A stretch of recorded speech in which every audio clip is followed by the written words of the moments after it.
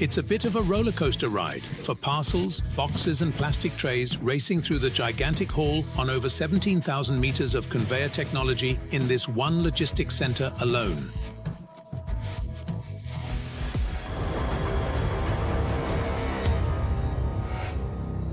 Dozens of trucks have to be unloaded by hand every day so that the goods that are stored here and later shipped can reach the conveyor system in the first place.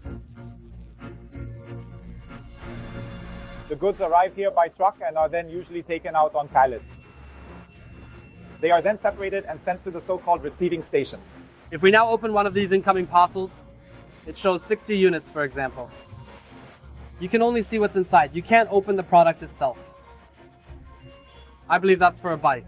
Yes, LED bike light. The system immediately recognizes the goods based on the barcode on the packaging. The employees only need to repack the individual products into plastic trays. Everything automatically travels one floor up to the storage area in the sturdy, reusable transport boxes. Here, the packer are waiting already. They search the yellow storage shelves with different-sized compartments for free spaces in which new goods to be stored could fit. That's new. I'll now have to check into which shelf size that product might fit. This seems to be still okay for this category. That's good. Now here I can fit it into the yellow storage shelf. Simply store where there is space. We always call this the marriage. The item gets married to the corresponding compartment, and the system then knows exactly where this one item is stored, in which compartment. In fact, apart from the computer system, nobody knows where anything is later on. Sounds confusing at first, and it looks pretty messy, but there is a system to it. We use chaotic storage. For example, you can see here is a pair of headphones, but we also have a Bible down here. Here is one item, one different item next to the other. It doesn't matter.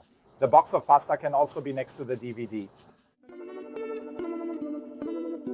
We use this system simply to keep the storage space and also the building sizes as small as possible.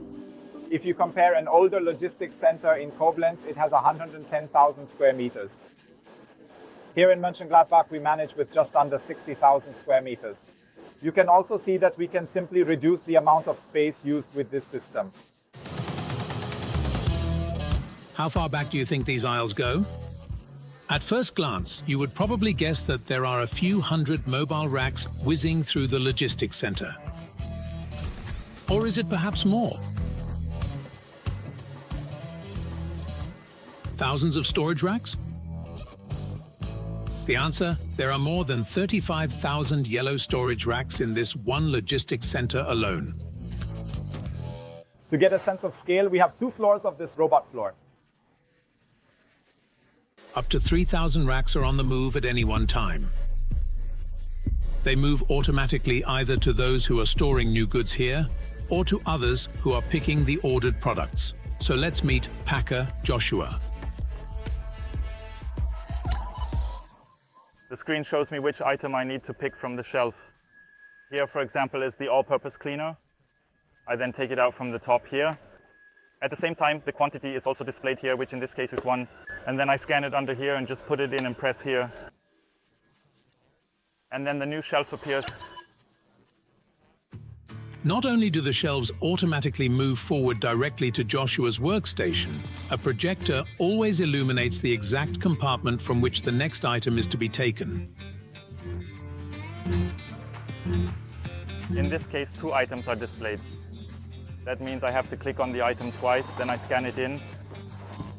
I only see that it's correct when it beeps. Then I scan the other one too.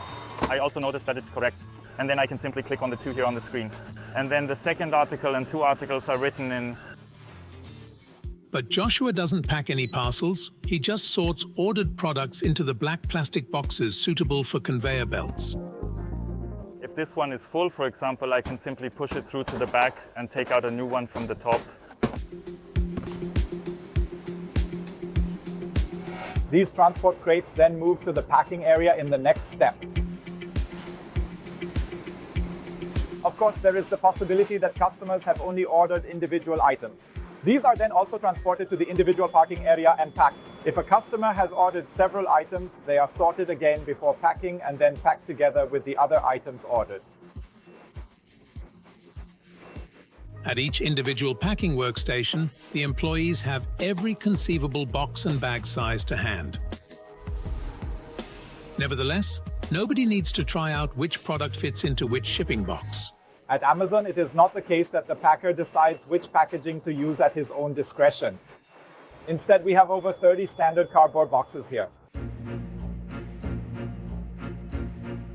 We have the master data for every single item that we have stored here, and the system can always give the packer a recommendation as to which cardboard box is the right one. The system tells us exactly what to do, so we have no problem in that area. This product here, I'll have to use an E1 box.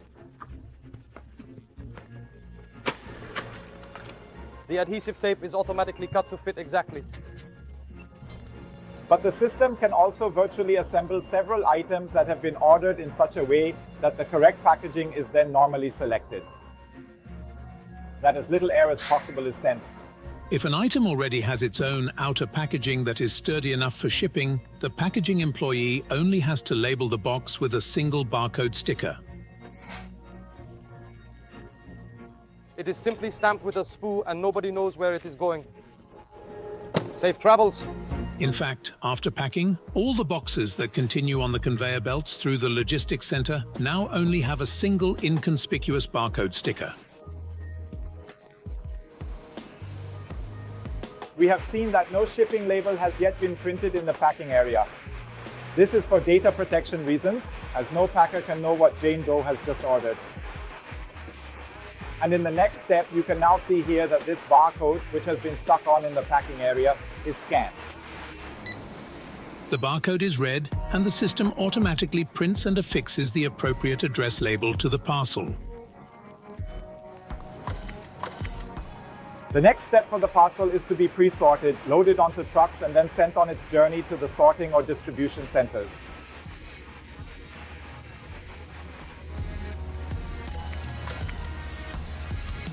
Once the parcel has been franked, it then goes down one of the parcel chutes and is pre-sorted and then loaded onto the appropriate truck, which then takes the parcel to the sorting center, is on the so-called middle mile, then goes to the distribution center, and then to the final delivery to the customer. Every day, many thousands of consignments leave the logistics center in huge refrigerator-sized cardboard boxes, all of which are supposed to reach the recipient in just a few hours. But before then, there still will be plenty of sorting and reloading to do all through the night.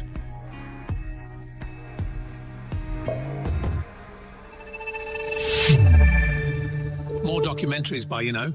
Click here for the next videos. And don't forget to like and subscribe.